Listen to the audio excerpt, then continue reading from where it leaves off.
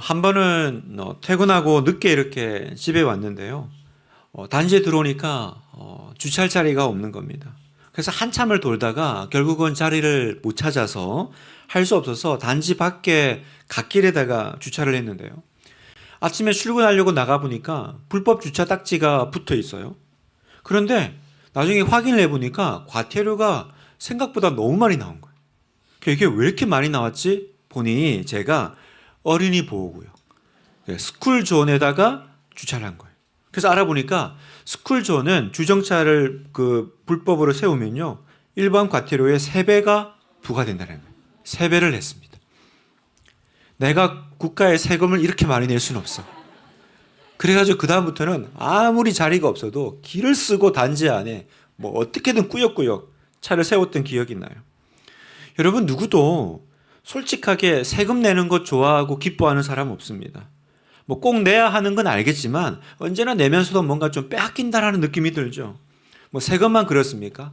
은행 이체료는 어때요? 그 얼마 몇 백은 안 되지만 낼 때마다 아깝습니다. 늘 아까워요. 여러분, 세금이라는 건 언제나 아깝고 안 내고 싶은 게 다 인지상정 아니겠습니까? 오늘 본문은 독특하게 세금 이야기를 하십니다.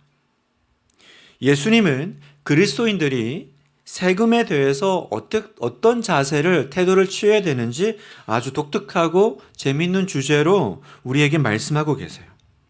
근데 여러분, 한 가지 재밌는 건 이 이야기가 마태복음에만 나온다라는 사실이에요.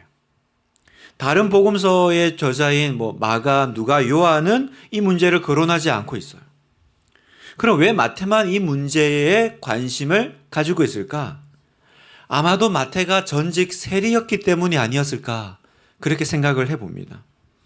그러니까 마태는 오랫동안 세리 일을 하면서, 세금을 거두는 일을 하면서 사람들의 세금에 대한 태도를 잘 알고 있었을 것입니다.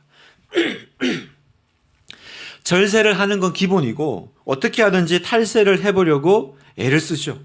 게다가 정부나 국가에 불만이 있는 사람들은 세금을 내지 않고 저항하고 버티기도 합니다. 이런 상황에서 마태는 궁금했을 거예요. 예수님은 세금에 대해서 어떻게 생각하실까? 예수님은 세금을 어떻게 하기를 원하실까? 특히나 오늘 본문에 나오는 이 성전세에 대해서요. 예수님이 어떻게 가르치실까 궁금했을 겁니다. 왜냐하면 예수님은 평소에 성전이 강도의 소굴이 되었다라고 하시고 바리새인들의 성전에 대해서 항상 비판적인 입장이셨기 때문입니다. 그런데 오늘 본문을 보면 예수님은 성전세를 마땅히 내야 한다고 말씀하세요. 뿐만 아니라 적극적으로 성전세를 내려고 하십니다. 마태는 이 점을 주목했을 겁니다. 그리고 이 예수님의 행동이 오늘 우리 그리스도인들에게 주시는 중요한 메시지가 있다고 판단했을 거예요. 그래서 이 메시지를 전하기 위해서 이 이야기를 마태만 독특하게 기록하고 있는 것입니다. 내용은 이렇습니다. 예수님과 제자들이 가브나움에 도착했더니 반세겔 받는 사람들이 찾아왔다 그래요. 이게 뭐냐면 성전세 거두러 다니는 징수원들입니다. 성전세를 징수하는 사람들이 베드로를 찾아왔어요. 그리고 예수님은 성전세 낼 거냐라고 물어봐요. 24절에 가버나움에 이르니 반세겔 받는 자들이 베드로에게 나와 이르되 너희 선생은 반세겔을 내지 아니하느냐. 여러분, 여기서 성전세라는 건 유대인 성인 남녀가 그 예루살렘 성전의 운영을 위해서 매년 의무적으로 내야 되는 세금을 말하는데요. 보통 금액이 여기 반세겔이라고 하잖아요.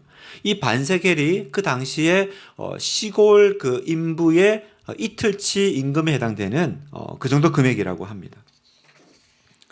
자, 베드로가 예수님 내실 거야, 그렇게 일단은 말을 하고 예수님 계신 곳으로 돌아왔어요. 그런데 예수님이 이미 그 모든 내용을 말씀드리기도 전에 다 아시고는 먼저 베드로에게 물어보세요. 그게 25절인데 이르되 내신다 하고 집에 들어가니 베드로가 그렇게 대답한 거죠. 예수께서 먼저 이르시되 시몬아, 내 생각은 어떠하냐? 세상 임금들이 누구에게 관세와 국세를 받느냐? 자기 아들에게냐 타인에게냐? 여러분, 이게 무슨 말이에요? 한번 생각을 해봐. 왕이 세금을 거두면 자기 아들들 가족들한테 세금을 거두니 아니면 백성들에게 거두니? 당연히 백성들에게 거두죠. 그러면 여러분, 예수님은 하나님의 아들이시고 성전의 주인이시기 때문에 당연히 성전세를 낼 필요가 없으신 분이라는 뜻이에요. 그런데 이어서 하시는 말씀을 보면 그러나 저 성전세 징수하는 사람들이 실족하지 않게 하기 위해서 내자 이렇게 말씀하시는 거예요. 그리고는 또 특이한 게 하나 더 나옵니다. 갑자기 바다에 가서 낚시를 하라는 거예요. 그리고 가장 먼저 잡히는 고기의 입을 열면 거기에 한 세겔이 있을 거니까 한 세겔은 반세겔 반세겔이잖아요. 그걸로 예수님과 베드로의 성전세를 내라라고 하셨다는 이야기입니다. 되게 독특하지 않나요? 여러분, 마태는 오늘 이 사건을 기록하면서 무엇을 깨달았을까요? 그리고 오늘 우리에게 이 이야기를 통해서 전하고자 하는 메시지는 뭘까요? 굉장히 궁금해지지 않습니까? 자, 세 가지를 우리가 생각해 보기를 원하는데요. 첫 번째, 나의 정체성을 먼저 세우라라는 것입니다. 나의 정체성을 먼저 선명하게 하라는 거예요. 우리가 읽었던 그 25절 말씀을 다시 한번 보면 예수님이 이렇게 말씀하고 계십니다. 다시 한번 보세요. 25절, 26절. 이르되 내신다 하고 집에 들어가니 예수께서 먼저 이르시되 시몬아 내 생각은 어떠하냐? 세상 임금들이 누구에게 관세와 국세를 받느냐? 자기 아들에게냐 타인에게냐? 베드로가 이르되 타인에게니이다. 예수께서 이르시되 그렇다면 아들들은 세를 면하니라. 이 말은요, 예수님이 지금 성전세 이야기를 하시지만 그 이야기 속에서 무슨 얘기를 하고 계세요? 자신이 누구인지를 지금 말하고 있는 겁니다. 왕이 자기 아들에게 세금을 물리지 않는 것처럼 예수님이 하나님의 아들이시라면, 예수님이 성전의 주인이라면 세금을 내실 필요가 없죠. 다시 말해서 예수님이 지금 세금 얘기지만 무슨 얘기하고 있는 거예요?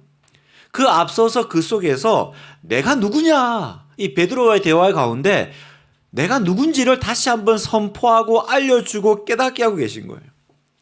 예수님은 하나님의 아들이시고 성전의 주인이시다라는 걸 말씀하고 계시죠.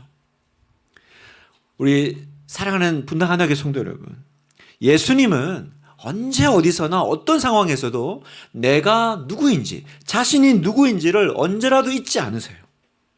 그래서 그 속에서 예수님은 언제나 어떤 상황에서도 비굴하지도 변명하지도 않으시고 항상 당당하십니다.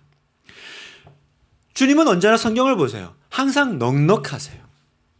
부자연스러움이 없어요. 뭘 이렇게 억지로 부자연스럽게 뭘 하시는 게 없어요. 그리고 언제나 답이 있으시죠. 왜요?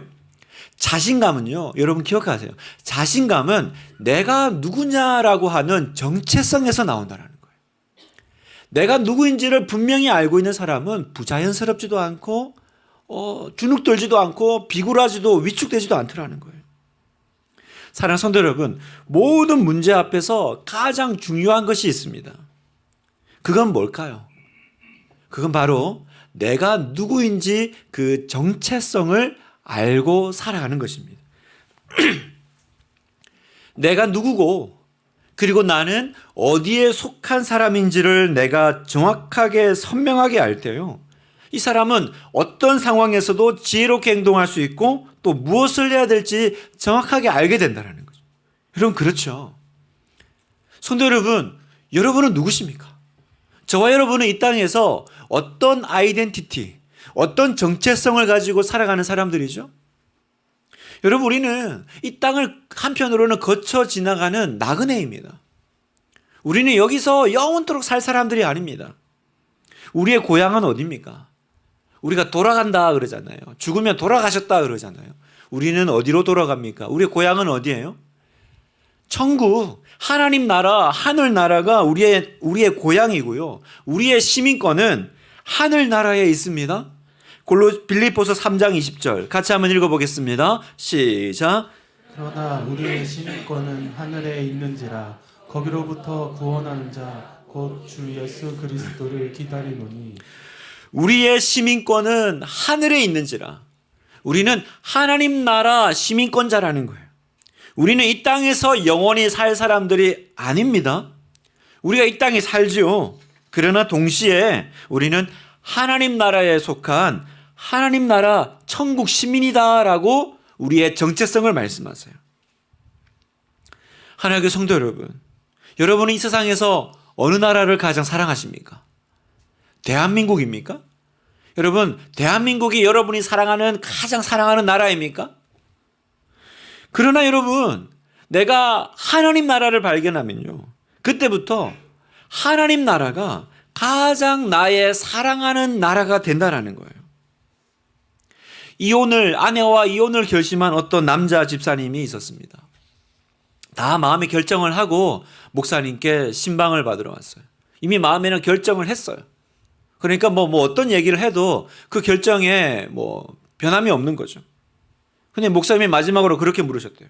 그러면 집사님, 한 달 뒤에 죽어서 하나님 앞에 간다면 그래도 이혼하시겠습니까? 하나님께 가서 왜 그렇게 했다고 말씀드리겠습니까? 그랬더니 그분이 가만히 계시는 거예요. 그러더니 이렇게 말씀하셨어요. 한 달 뒤에 죽으면 이혼 안 하죠. 한 달 뒤에 죽으면 이혼 안 하죠. 죽는데 이혼할 것까지 있겠습니까? 그러자 목사님이 이렇게 말씀하셨대요. 그러면 한 달만 산다고 생각하고 그냥 살아보세요. 그 남자 다시 물으셨어요. 한 달 뒤에 안 죽으면요? 그러면 또 한 달만 산다고 생각하고 사십시오. 그렇게 살면서 하나님 앞에 가십시오. 이렇게 말씀하셨대요. 성도 여러분, 내가 하나님 나라를 발견하고 나면요, 나는 도무지 이제 어쩔 수 없다라는 생각 없어집니다. 내가 하나님 나라, 하나님을 발견하면요, 여러분 이 땅에 해결이 안 될 문제가 없어요. 하나님 나라에 눈이 뜨이면요, 내 삶에 불평과 원망이 없습니다. 모든 문제가 달라져요. 왜요? 그걸 보는 눈이 달라지니까. 하늘나라 시민으로, 천국 백성으로 그 상황을 바라보니까 해결 안 될 문제, 동연히 도대체 내가 견디지 못할 문제, 상황이 없어져요. 하나님은 왜 이렇게 공평하지 않으시지? 왜 이런 생각이 듭니까? 세상만 바라보니까, 이 땅이 전부니까, 여기서 모든 문제를 해결해야 되니까 어떻게 돼요? 하나님은 공평하지 않으신 거예요. 그런데 여러분, 하나님 나라까지 바라보면 여러분, 하나님은 공평하십니다. 여러분 아멘이세요? 여러분 진짜 아멘이 되십니까? 거기로부터 구원하는 자 곧 예수 그리스도를 기다리노니, 우리는 이 땅에 살지만 하나님 나라가 곧 온다라는 거, 내가 주님 곧 만난다라는 거, 그거 기다리며 사는 사람들이죠. 세상 나라는, 이 땅은 반드시 망하고요, 예수 그리스도가 다시 오시고 하나님 나라가 이루어질 줄 알고 나면요, 어려운 환경 여건 오히려 감사하게 됩니다. 왜요? 그렇기 때문에 주님 만날 기쁨이 더 커지는 거예요. 더 커지는 거예요. 하나님 앞에 선다라는 걸 알게 되면 이 땅에 살 때 내가 옥토밭에서만 일하지 않고 돌짝밭 같은 그 삶이 더 큰 기쁨이 됩니다. 왜요? 하나님 앞에서 더 큰 상급이 있을 테니까. 더 큰 상급이 있을 테니까. 저 인생은 왜 맨날 저렇게 아스팔트 길이고, 내 인생은 무슨 이렇게 지질이 복이 없어서 이렇게 어렵게만 살까? 여러분, 이 땅만 바라보니까 그런 거예요. 하나님 나라가 보이면 돌짝밭, 가시떨기밭이 하나님 앞에 얼마나 그게 영광된 삶인지, 그게 상급이 있는 삶인지 보이기 시작하는 거예요. 여러분, 이게 자신의 정체성을 분명히 가지고 있는 사람이 가지는 힘입니다. 그러나 지금도 많은 성도님들이 하나님 나라 복음을 들어요. 매주일 설교를 들어요. 그런데 분명하게 하나님 나라를 붙잡지를 않아요. 자신의 정체성이 뭔지를 깨닫지를 못합니다. 하나님 나라 천국이 있다라는 얘기 한두 번 들은 것도 아닌데 맨날 세상만 바라보고 살아요. 세상만 바라보고 살아요. 그래서 이 세상에서 잘 살기는 바라지만 하나님 나라를 기다리진 않아요. 주님 오시기를 원하기는 하지만 당장 오시기를 기다리진 않아요. 왜요? 세상에서 잘 되는 것이 유일한 소망이니까.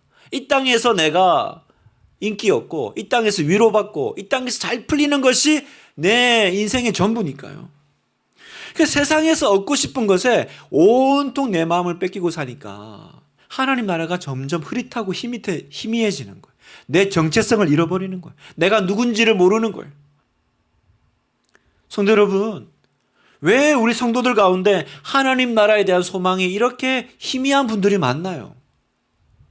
왜냐하면 아이덴티티를 잃어버려서 그래요. 아이덴티티가 뭐예요? 나는 누구냐라는 거예요.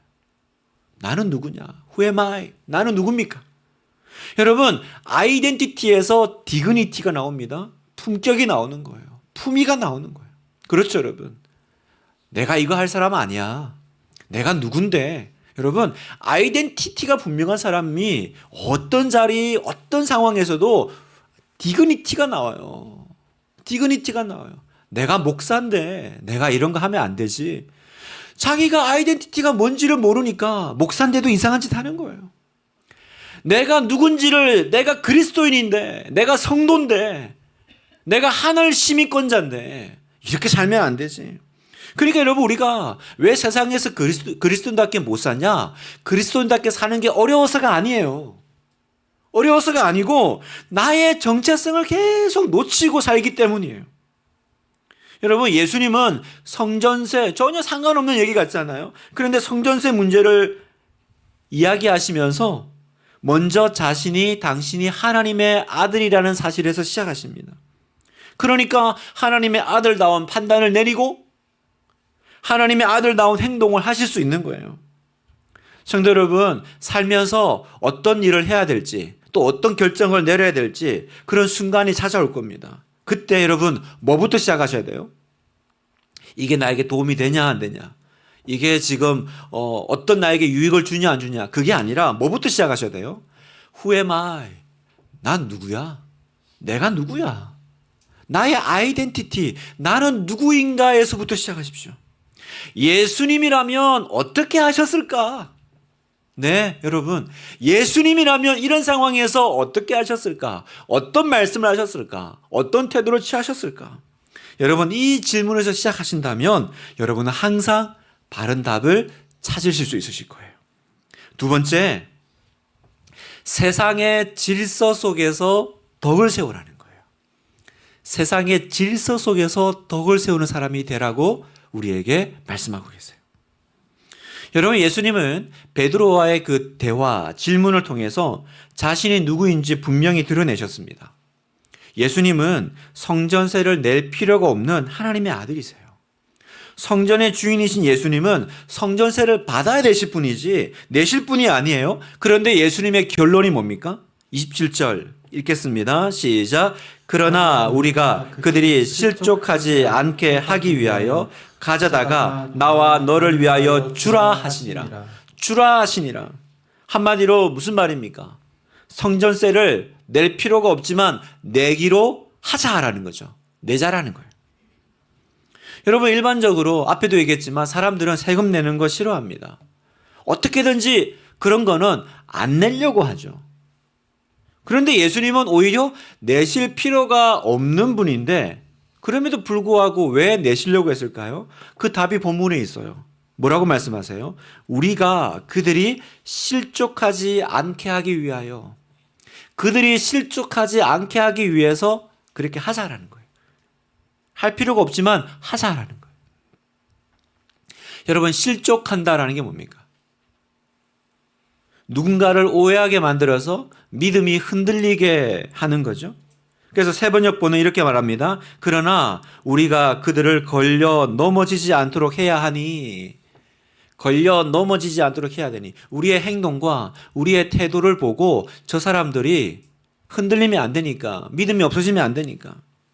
그러니까 여러분, 예수님은 성전세를 낼 필요가 없는 분이지만 예수님은 낼 필요가 없는 분이죠. 자신의 아이덴티티가 있어요.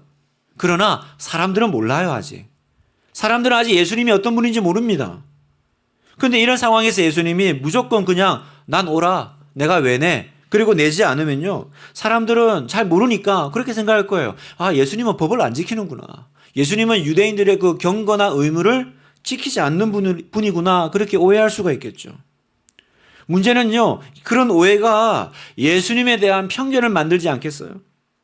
그리고 그 편견을 가지고 예수님의 말씀을 듣는다면 어떻게 되겠습니까? 예수님의 말씀을 올바르게 이해하기가 어렵겠죠. 그 편견 때문에 예수님께 다가가는 접촉점이 사라지지 않겠어요?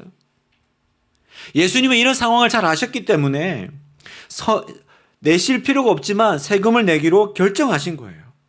무슨 얘기냐면 믿음이 약한 그들을 위해서 다른 사람들에 대한 배려의 그 마음 때문에 예수님께서 그렇게 결정하신 거예요. 성도 여러분, 가끔요 예수 믿는 사람들이 세상의 질서를 어지럽히는 경우들이 있습니다. 나는 하나님만 믿으면 돼. 나는 하나님 백성이야.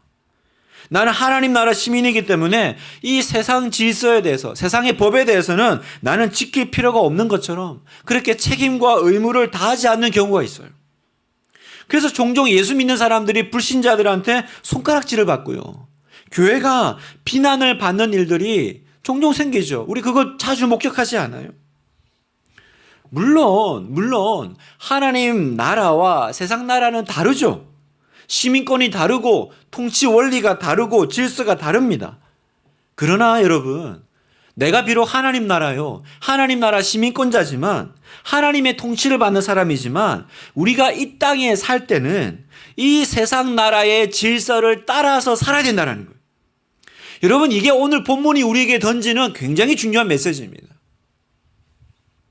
로마서를 보면 로마서 13장 1절을 같이 한번 읽겠습니다. 시작. 각 사람은 위에 있는 권세들에게 복종하라. 권세는 하나님으로부터 나지 않음이 없나니 모든 권세는 다 하나님께서 정하신 바라. 각 사람은 위에 있는 권세들에게 복종하라라고 말씀하세요. 모든 권세는 하나님이 허락하신 거라는 거예요. 그래서 이어지는 7절 말씀을 보면 7절 모든 자에게 줄 것을 주되 조세를 받을 자에게 조세를 바치고 관세를 받을 자에게 관세를 바치고 두려워할 자를 두려워하며 존경할 자를 존경하라. 이렇게 말씀하세요. 여러분, 이 말씀은 때때로 오해가 되고 남용이 되고 오용이 되기도 하죠. 주로 잘못된 나라와 독재자들 정부에 의해서 그렇게 오용될 위험이 있지만 그렇다고 해서 우리가 무시하거나 기피해서도 안 되는 말씀이에요. 모든 그리스도인들은 세상에서 정직하게 세금을 내야 합니다. 국민의 신성한 의무를 다해야 되고요. 국방의 의무를 다해야 해요. 국가가 정한 법과 질서를 지켜야 합니다. 여러분, 이게 그리스도인의 올바른 태도라는 거예요.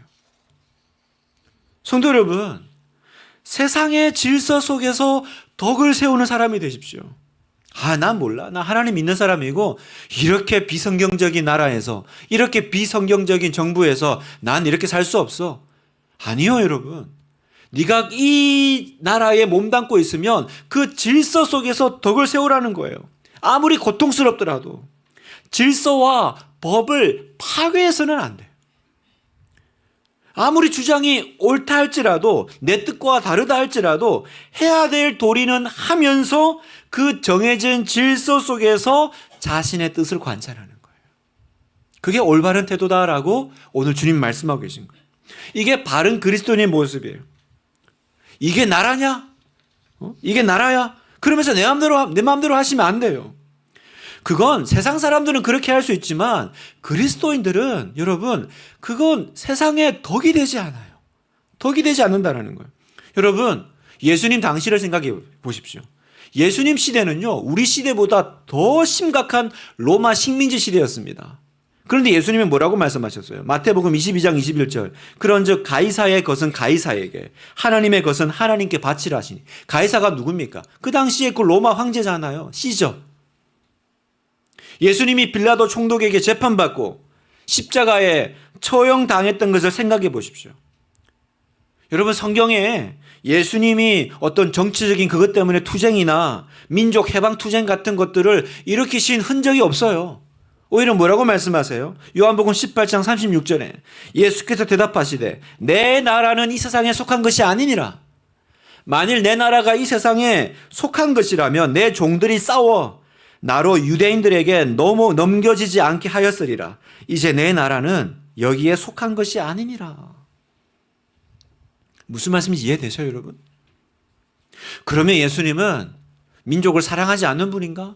예수님은 아무것도 안 하고 손 놓고 있는 분인가? 예수님은 무력한 분이셨나? 아니죠. 아니죠. 예수님은 절대로 그런 분 아니셨습니다. 그러나 취하는 액션이 달랐어요. 사랑하는 방법이 달랐어요. 예수님의 방법은 뭡니까? 투쟁이나 반항을 통해서가 아니라 사랑과 순종과 용서를 통해서 그 모든 것들을 부셔버리셨잖아요. 사랑과 용서를 통해서. 여러분, 그 막강한 로마를 이길 수 있는 힘은 무엇이었습니까? 투쟁이었습니까? 바로 사랑이었잖아요. 복음이었잖아요. 기도였잖아요. 여러분, 예수님의 제자들이 왜 순교당했습니까? 사랑으로 사자의 이빨 속으로 톱으로 몸이 켜지는 순교의 어려움을 겪으면서도 그 용서하고 사랑하고 들어갔기 때문에 결국 로마를 이기고 만 것입니다. 성도 여러분, 우리는 악법을 폐지하기 위해서 노력해야 됩니다. 그러나 선으로 악을 이겨야지 악으로 악을 이겨서는 안 돼요. 우리는 철저하게 주님이 걸어가신 길, 십자가의 길을 가야 됩니다. 그 길은 어떤 길입니까? 로마서 12장 20절에 내 원수가 줄이거든 먹이고 목마르거든 마시게 하라. 그리함으로 내가 숯불을 그물이에 쌓아놓으리라. 악에게 짓지 말고 선으로 악을 이기라. 여러분, 이게 주님의 길이요, 주님의 방식이라는 거예요. 나와 너무 먼 이야기로 받지 마세요. 나와 상관없는, 적용 없는 이야기로 받지 마세요. 여러분, 식당 가면 종업원들에게 너무 화내지 마세요. 서비스가 왜 이래? 여기 사장 나오라고요, 사장. 여러분, 그러지 마세요. 아르바이트생에게 내 돈 낸다고 함부로 대하지 마세요. 세금 나오면 언짢아하지 말고 성실하게 열심히 납부하십시오. 여러분, 덕이 뭐예요? 세상의 질서 속에서 덕을 세우라 그랬는데 덕이 뭐예요? 덕은요, 한마디로 할 수 있지만 하지 않는 거, 그게 덕이죠. 내가 그런 권리가 있고 내가 그렇게 할 수 있는 자유가 있고 능력이 있지만 하지 않는 것. 여러분, 그게 덕이 있는 어른의 모습이요. 그게 덕이 있는 크리스찬의 모습이잖아요. 고린도전서 10장 23절 같이 한번 읽겠습니다. 시작.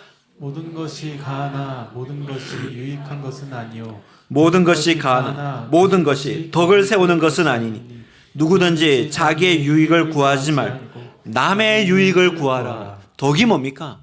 할 수 있다고 가능하지만 다 하는 게 아니에요. 할 수 있지만 내가 하지 않는 것, 그게 덕이라는 거예요. 덕이 뭡니까? 내 유익이 아니라 다른 사람의 유익을 구하는 거. 사랑하는 성도 여러분, 나에게 권리가 있지만 덕을 위하여 손해보십시오. 세상 속에서 칭찬받는 성도 되시기를 주님의 이름으로 축원합니다. 세 번째, 하나님의 기적은 우리의 삶과 연결되어 있다라는 거예요. 하나님의 기적은 우리의 삶과 연결되어 있다는 거예요. 자, 예수님이 세금을 내기로 결정하셨어요. 세금 액수가 얼마입니까? 반세겔. 뭐 크면 크고 작으면 작습니다. 1년에 이틀치 그 임금이니까 뭐 그렇게 대단한 액수는 아니에요. 예수님이라면 얼마든지 해결하실 수 있잖아요. 혹은 베드로의 빈 주머니에서라도 만들어낼 수 있는 분이 주님이실 거예요. 그런데 예수님은 독특하게도 그 돈을 구하기 위해서 뜻밖에도 베드로를 바다로 내보내세요. 그리고는 구체적으로 성전세를 내는 방법을 알려주세요. 이렇게 하라 그러세요. 27절. 그러나 우리가 그들이 실족하지 않게 하기 위하여 내가 바다에 가서 낚시를 던져 먼저 오르는 고기를 가져 입을 열면 돈 한 세겔을 얻을 것이니 가져다가 나와 너를 위하여 주라 하시니라. 여러분, 낚시해 보셨어요? 낚시라는 게 그냥 뭐 낚시바늘 꽂아가지고 바다에 놓으면 고기가 바로바로 올라오는 거 아니잖아요. 언제까지라도 기다려야 되는 겁니다. 어떤 날은 한 마리도 안 잡히는 날이 있을 거예요. 그러면요, 굉장히 마음이 조급해지죠. 여러분 보세요. 지금 베드로가 우리 스승님 내신다. 그리고 들어왔어요. 그 지금 세금 성전세를 지금 받으려고 기다리는 사람이 있습니다. 내겠다고 했으니까 잠깐 들어온 거니까 언제까지나 이렇게 앉아 있을 수는 없어요. 시간이 지체되면 어떤 오해가 생겨요? 야, 저렇게 말하고 도망갔구나. 낸다고 말만 하고 안 냈어. 도망갔어. 이렇게 오해받을 수도 있는 상황 아니에요? 그러면 여러분, 그 얼마 되지도 않는 반세겔 정도인데 예수님이 그 얘기 들으시고 알았다. 내가 해결해 줄게. 오병이어도 먹이시는 예수님인데 그냥 예수님이 해결해 주시면 되잖아요. 그런데 왜 갑자기 바다를 가라, 낚시를 해라, 고기를 잡으면 뭐 입안에 돈이 있을 거야. 왜 이런 진행이 필요할까? 그 이유는요. 여러분, 그 이유는 하나님의 일하심과 기적은 우리의 삶과 결코 동떨어진 것이 아니다라는 것을 가르치기 위해서요. 하나님의 기적은 나의 삶과 동떨어져 있는 것이 아니라 나의 삶 속에서, 나의 일상 가운데서 하나님은 일하신다라는 걸 우리에게 보여주시기 위함이라는 거예요. 여러분 보세요. 오비용이어 기적에서 예수님은 굳이 그 어린아이의 소중한 도시락을 이용하지 않으셔도 돼요. 않으셔도 돼요. 예수님은 그거 없이도 5,000명 먹여요. 그런데 그 아이가 내놓은 도시락을 통해서 5,000명을 먹이는 기적을 행하셨습니다. 선지자 엘리야가 사르밧 과부를 찾아갔을 때 안 그래도 없는 그 과부 없는 살림에 그 밀가루 그거 사용하지 않아도 됩니다. 그런데 그 과부가 그 남은 마지막 밀가루를 드렸을 때 가뭄 기간 내내 통해서 밀과 기름이 떨어지지 않게 하셨다라는 거예요. 성도 여러분, 예수님은 그 잡힌 물고기 입속에 동전이 있는 것도 이미 아셨고 그 동전 누가 준비하신 거예요? 예수님이 준비하신 거예요. 그런데 예수님은 다 아시고 또 스스로 그런 것들도 다 하실 수 있는 분인데 뭐라 그래요? 바다를 가라는 거예요. 가서 낚시를 바다에 던지라라고 말씀하십니다. 네가 가서 낚시를 던져서 고기를 잡으면 그 안에 네가 필요한 것을 얻게 될 거야. 무슨 말입니까? 하나님은 오늘도 우리에게 기적을 준비하고 계세요. 그러나 그 기적은 아무것도 하지 않은 마른 하늘에서 떨어지는 것이 아니라는 거예요. 여러분 이해되세요? 우리의 삶의 자리에서 최선을 다해 낚시를 던지라라는 거예요. 그곳에서 하나님이 예비하신 것을 받는다라고 말씀하십니다. 그리고 하나님은 그 우리의 삶의 문제가 해결되는 과정을 통해서 하나님의 능력을 경험하게 하실 뿐만 아니라 그 과정을 통해서 세상에 하나님을 증거하게 하시는 거예요. 여러분 이 말씀을 복잡하게 생각하실 것이 없어요. 베드로는 어부예요. 어부니까 바다 가서 낚시를 던지라고 하신 거예요. 만약에 베드로가 학교 선생님이었으면 다른 방법으로 명령하실 수 있지 않았겠어요? 무슨 말입니까?